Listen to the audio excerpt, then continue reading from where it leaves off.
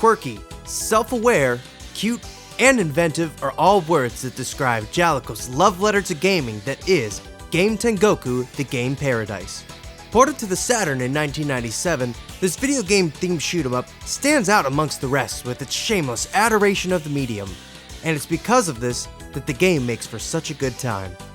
The story department is in full force with this one, as the lengthy opening cutscene is completely voiced in Japanese, so I have no idea what's going on.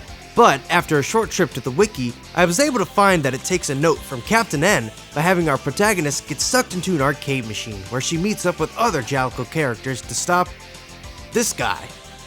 Fun fact, certain copies of this game came with a VHS that contained an OVA to further explain the plot, which is where all of this footage you're seeing came from. That's right, a Saturn game that came with a VHS. You can't get much more 90s than that. Before diving into the game, you're presented with a few options on the title screen: Arcade Mode, Saturn Mode, and Options. Skip Arcade Mode and go straight for Saturn Mode, which is the second option.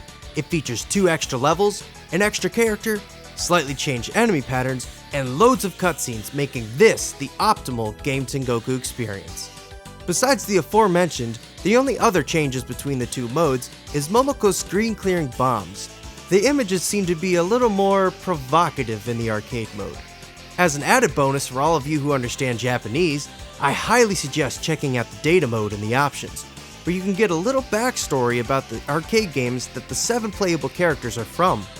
All of the explanations are voiced by the characters themselves, which is pretty neat, but incomprehensible to me.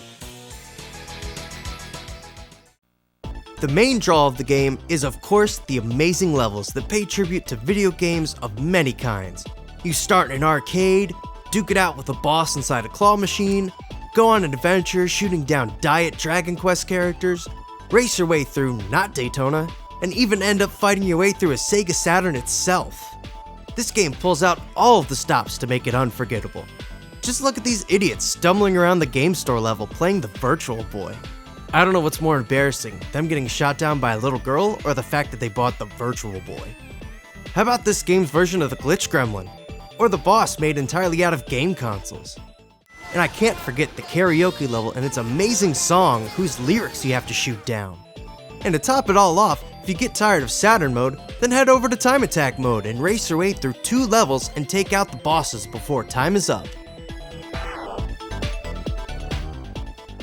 As you've probably noticed, this game gets pretty hectic, bordering on feeling like a bullet hell shooter at times. Your best strategy to beat the game is to just keep pressing continue, as they are unlimited, which is greatly appreciated since I suck at shoot-'em-ups. Thankfully, the controls are tight and fluent, so maneuvering your way through the onslaught of bullets isn't as bad as it could be. Of course, it varies by character. For example, Momoko and Celia are fast, while the pig and UFO are a bit more sluggish. Character attacks also differ. Janus is your typical straight shooter, the pig shoots bombs which are quite powerful and can take down enemies in 1 or 2 shots, Momoko shoots hearts which seem to do average damage, as does Celia's spread shot, which is my preferred weapon, Zdyne shoots lasers, and the UFO twins shoot cannons which have a short range but much like the pig are very powerful. Like other shooters, you also have bombs which clear the screen of enemies and their bullets, so not only can you use this when covered by enemies, but to also get yourself out of a sticky situation. Power-ups make an appearance from time to time, which include shot power-ups, extra bombs, and extra friends to help clean up the clutter, but good luck keeping these for very long. Eggplants also show up for extra points. I mentioned that the game is loaded with cutscenes, all wonderfully voiced and mildly entertaining. The most enjoyable to me are the between-level cutscenes where the villain is talking to his granddaughters and you get a sneak peek at the next level boss in the background. I also love the little snail that crawls across the ceiling. I just assume it owns the apartment above, so all that liquor up there is his. Oh, and I can't be the only person who thinks this when I see this loading screen. The music doesn't fare as well as the cutscenes, as for the most part, it's a lot of generic dance pop music typical of Japanese games at the time, or just jaunty upbeat music that barely sticks out from the background. Now that can't be said about all of it, as there are some redeemable tracks, like the race car level, the RPG level, and of course, the awesome song on the karaoke level and during the credits, which both feature vocals. Another reason the music doesn't stick out is because your character has a habit of talking over it when shooting down enemies or collecting power-ups.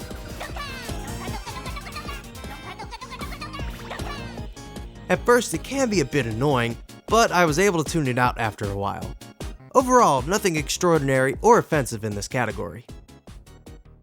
There's a definite charm to games like Earthbound and Choaniki that can put aside being serious in place of being self-aware and silly, that really put them in a league of their own, and Game Tengoku is certainly up there with them. Not only is the game charming, but the controls are tight and the shooting is fun.